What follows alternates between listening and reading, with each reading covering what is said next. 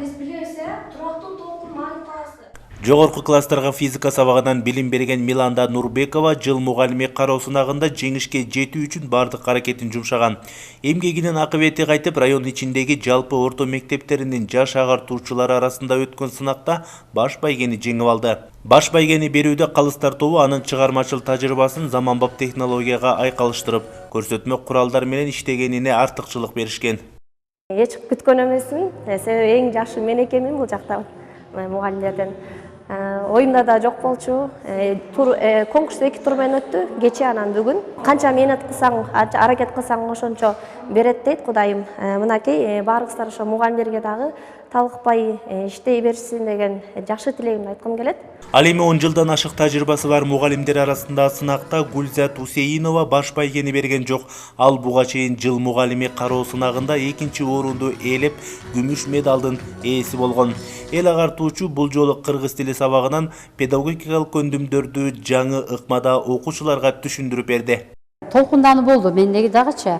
Бирок жыйынтык мындай болот деп мен өзүм деле баягы алдын ала биле алган жокмун чындыгындачы. Анан азыркы жыйынтыкты укканда мен өзүм аябай толкундануу болуп атат магачы. Бул конкурс абдан жакшы. Көп мугалимдерге бул аябай чоң мотивация болуп турат да. Жыл мугалими сынагына катышкан ар бир мугалим балдарга сабак өтүп, комиссия тарабынан берилген суроолорго жооп берип, предметтик тесттерден өтүштү. Жалпысынан 39 мугалимден 9 мугалим 1-чи, 2-чи, 3-чү орундарды алышты. Алардын арасында мыкты насаатчы жана бала бакчалардын алдыңкы тарбиячылары да бар. Бүгүн болсо насаатчылардын арасынан 2-чи орунду камсыз кылып атам. Мен буга негизи ушул конкурска катышам деп көптөн бери эле даярданып жүргөм.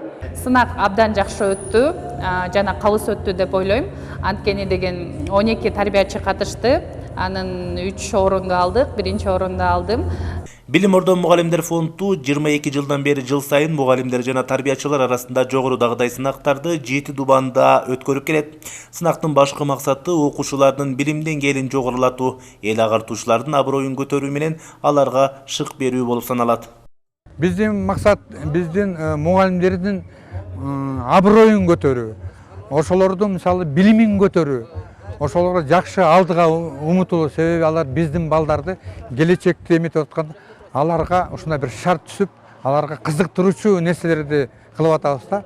Канчалык мугалимдерибиз биздики мындайча айтканда билимдүү болсо, биздин балдарыбыз келечегибиз ошончолук терең болот да, ошончолук бат өнүгөбүз. Эске салсак, Жумгал районунда жалпы 24 мектепте 9000ден ашуун окуучу окуйт. Ал эми 870ден ашуун мугалим эмгектенет. Мирбек Асаналиев, Ниязбек Азизов, Өлкө Деми, Жумгал району.